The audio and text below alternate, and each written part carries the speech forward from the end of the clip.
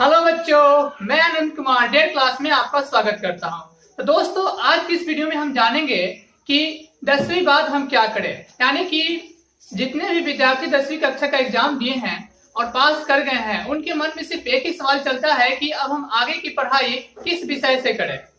तो आज की इस वीडियो में हम आपको यही मदद करेंगे कि आप किस विषय का चयन करें, इसके लिए सही रास्ता क्या है और कौन कौन से विषय हैं जिन्हें आप चुन सकते हैं। तो आज का वीडियो बहुत ही इंपॉर्टेंट होने वाला है, तो इसलिए आप इसे शुरू से लेकर अंत तक देखें। अगर आप इस चैनल पर नए हैं तो हमारे चैनल को सब्सक्राइब करें। अगर आपको यह वीडियो अच्छी लगी तो आप इसे शेयर जरूर करें और लाइक जरूर करें। अगर आपको कुछ क्वेश्चन हो रहा हो तो हमारे कमेंट सेक्शन में जरूर इसे कमेंट करके पूछ लें और इसके लिए हम आपको आंसर जरूर देंगे। तो चलिए दोस्तों, आज का जो वीडियो है हम स्टार्ट करते हैं।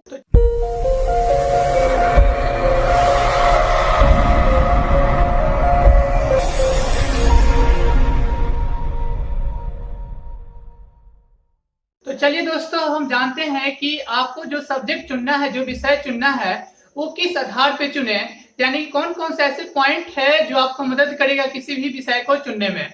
तो सबसे पहला जो पॉइंट है वो आपका इंटरेस्टिंग सब्जेक्ट है। आप अभी तक जितने भी सब्जेक्ट पढ़ रहे हैं उसमें सभी विषय पढ़ना थे। अभी तक हम जो फर्स्ट क्लास से 10th क्लास तक पढ़ाई किए, पढ़ा दिया जाता है। तो अब उसमें आपको कुछ ऐसे सब्जेक्ट होंगे जो आपके बहुत ही पसंदीदा बन गए होंगे, यानी कि उसको आपको पढ़ने में बहुत ही अच्छे लगते होंगे। जैसे किसी बच्चे को मैथ्स बहुत अच्छा लगता है, किसी बच्चे को साइंस अच्छा लगता है। तो किसी तरीके से सभी स्टूडेंट का अलग अलग एक अपना पसंदीदा सब्जेक्ट हो जाता है, तो आप उसको चुन करके आगे की पढ़ाई कर सकते हैं। दूसरा विषय है सर आपका जो लक्ष्य बनाना। तो सबसे पहले आप अपने इस समय में एक लक्ष्य निर्धारित करें, और बिना लक्ष्य के आगे आप बढ़ नहीं सकते हैं। तो सबसे पहला जरूरी होता है कि अपने लक्ष्य को निर्धारित करें कि हमें आगे करना क्या है, और इसी के आधार पे अपने विषयों का चुने। जैसे कि अगर आपको डॉक्टर बनना है तो हम क्या आर्ट्स पढ़ करके डॉक्टर बन सकते हैं? तो जी नहीं, ऐसा हम कभी नहीं कर सकते हैं। तो आपको डॉक्टर बनना है तो साइंस सब्जेक्ट ही आपको चाहिए। तो इसीलिए सबसे पहले हमारे अंदर में एक लक्ष्य निर्धारित होना चाहिए कि हमें आगे करना क्या है, और इसी आधार पर हम अपने सब्जेक्ट। अगर आपको समझ में नहीं आ रहा है कि हम क्या करें, तो इसके लिए आप अपने शिक्षक या तो अभिभावक से सलाह ले सकते हैं। और फोर्थ नंबर जो आपका पॉइंट है कि दोस्तों के चक्कर में ना पड़े। देखिए, अभी जो 10वीं कक्षा जो पास करके विद्यार्थी आए होते हैं, उनकी मानसिकता ये भी बनी होती है कि ज्यादा जहां पे भीड़ हो वहीं पे हम जाएं। यानी कि ऐसे सब्जेक्ट होते हैं जो बहुत बच्चे जो है लेना पसंद करते हैं, और वो भी हमें उनके साथ में जाकर के ले लेते हैं, और बाद में इसका नतीजा ये भुगतना पड़ता है कि हमारा कुछ लक्ष्य आगे कुछ और हो जाता है और हम सब्जेक्ट ले लिए होते हैं कुछ और, यानी कि हम अपने लक्ष्य को नहीं पा सकते हैं। इसलिए कभी भी अपने दोस्तों के चक्कर में ना पड़े, अपना देखें कि आपको करना क्या है और उसके आधार पे अपने सब्जेक्ट को चुने। तो चलिए अब हम ये बात करेंगे कि हमारे 10वीं के बाद कौन कौन से रास्ते हैं, कौन कौन से ऐसे सब्जेक्ट हैं जिन्हें हम ले सकते हैं। तो दोस्तों, आइए हम बात करते हैं कि 10वीं के बाद हमारे पास कौन कौन से ऐसे ऑप्शन है जिन्हें हम चुन सकते हैं और जिससे हम अपनी मंजिल को पा सकते हैं।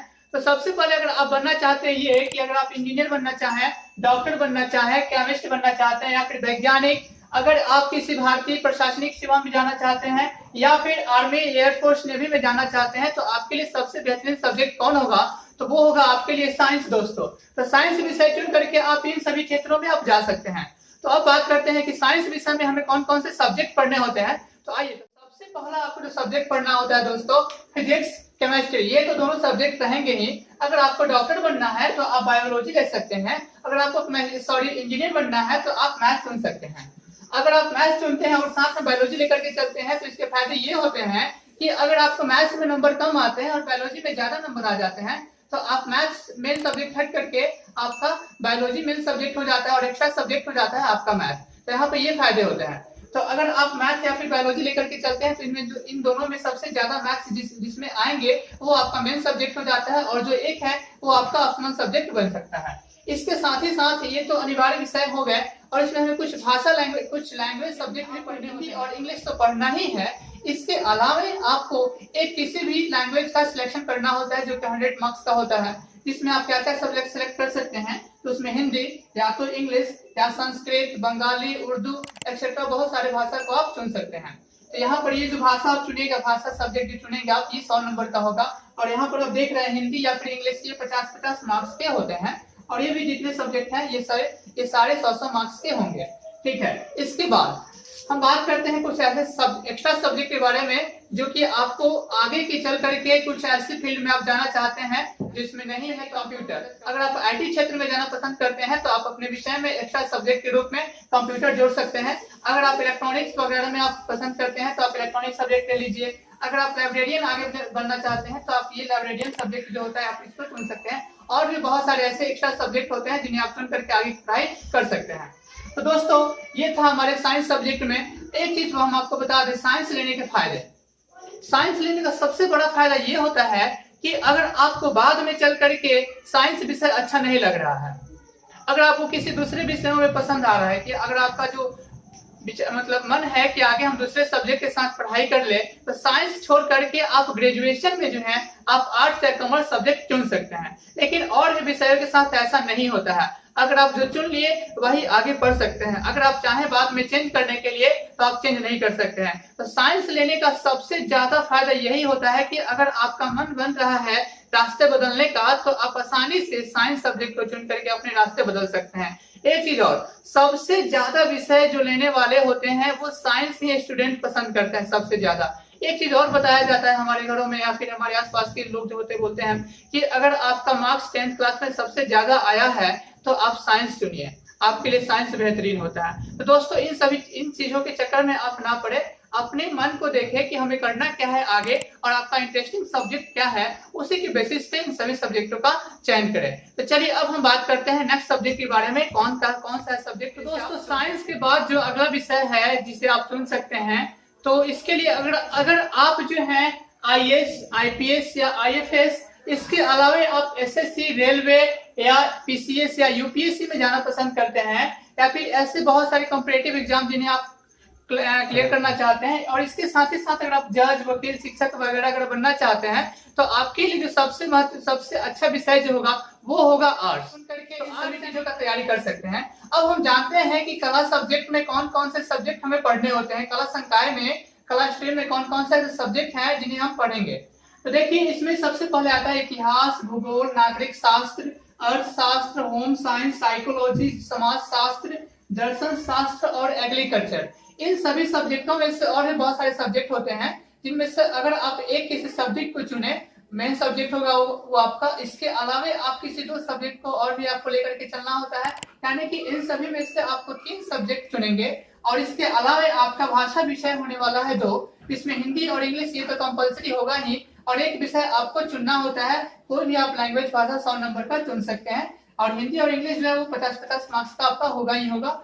और इन सभी में से आपका 300 मार्क्स का चुनना होता है। इसमें से आप एक सब्जेक्ट होगा आपका इतिहास सब्जेक्ट मतलब आपका पसंदीदा है, या फिर भूगोल, इन सभी में से आपका जो भी पसंदीदा सब्जेक्ट है उन्हें आप अपने विषय में आर्ट्स में चुन सकते हैं। तो ये था हमारा आर्ट्स सब्जेक्ट में क्या क्या पढ़ना है। अब हम बात करेंगे कि कॉमर्स सब्जेक्ट में क्या क्या पढ़ना होता है और उसमें हम क्या क्या कर सकते हैं। तो दोस्तों अब जो हमारा जो अगला विषय है जिसे आप आसानी से ले सकते हैं, तो आप उस विषय को लेकर के आप क्या क्या कर सकते हैं, आइए देखते हैं। तो अगर आप सोच रहे हैं कि CA यानी कि चार्टर्ड अकाउंटेंट, या फिर अकाउंटेंट, वित्तीय सलाहकार, बिजनेस मैनेजमेंट, इसके अलावा बहुत से ऐसे पोस्ट पे जाना चाहते हैं, तो इसके लिए सबसे बेहतरीन आपका कोर्स होगा दोस्तों, वो होगा आपके लिए कॉमर्स। तो आप कॉमर्स लेकर के इन सभी पोस्टों को पा सकते हैं। और दोस्तों ये बता दें एक बात कि ये जो पोस्ट है इनमें ये बहुत ही ज्यादा मतलब पैसा कमाने वाला सबसे ज्यादा मतलब ये पोस्ट होता है। तो इसमें आप बहुत ही ज्यादा पैसा कमा सकते हैं इन विषय को आगे की पढ़ाई कर करके। तो चलिए दोस्तों इसमें बात करते हैं कौन कौन से सब्जेक्ट हैं जो इसमें पढ़ने होते हैं। तो इसमें पढ़ना होता है आपको बिजनेस स्टडीज और अकाउंट्स और इकोनॉमिक्स के बारे में। दोस्तों इसमें हमें इकोनॉमिक्स बहुत ही ज्यादा मजबूत चाहिए, और आपको इकोनॉमिक्स में बहुत ज्यादा इंटरेस्ट है तो आप ये सब्जेक्ट ले सकते हैं। ये जो स्ट्रीम है आप इसे आसानी से पढ़ सकते हैं। और इसके अलावा इन तीनों सब्जेक्ट के अलावा आपको जो है इंग्लिश लैंग्वेज जरूर लेना होता है। आप ये कंपलसरी है कि आप इंग्लिश इसमें लें, ठीक है। इसके अलावा हिंदी और इंग्लिश जो 50-50 मार्क्स की जैसे थे उसमें साइंस और आर्ट्स में, वैसे इसमें भी रहेंगे। और अगर आप चाहते हैं कुछ एक्स्ट्रा सब्जेक्ट लेना, तो एक्स्ट्रा सब्जेक्ट आप इसमें जरूर जोड़ ले 1-2, जैसे कि आप मैथ्स ले सकते हैं। मैथ्स आपके लिए चार्टर्ड अकाउंटेंट के लिए बहुत ही ज्यादा जरूरी है। अगर आपके लिए मैथ्स बहुत ज्यादा मजबूत है तो चार्टर्ड अकाउंटेंट बन सकते हैं। इसके अलावा आप computer science, multimedia, web designer वगैरह आप भी बहुत सारे एक्स्ट्रा कोर्सेज जो है आप इसमें ले सकते हैं। तो दोस्तों आज की इस वीडियो में हमने ऐसे 3 स्ट्रीम के बारे में बात की जो कि आप आगे 10वीं के बाद ले सकते हैं। वो था साइंस, आर्ट्स और कॉमर्स। अगर आप जिसमें आपको पसंद है आप विषय चुन लें और आगे की पढ़ाई आप करते रहें। तो दोस्तों आज के इस वीडियो में हमने देखा कि 10वीं कक्षा के बाद हमारे पास कौन कौन से करियर ऑप्शन है और हम किन विषयों को चुन करके अपना जिस लक्ष्य को आप पाना चाहते हैं उसे पा सकते हैं।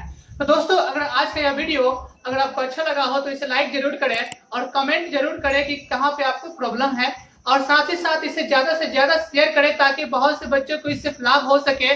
दोस्तों अगर आप हमारे इस चैनल पे नए हैं तो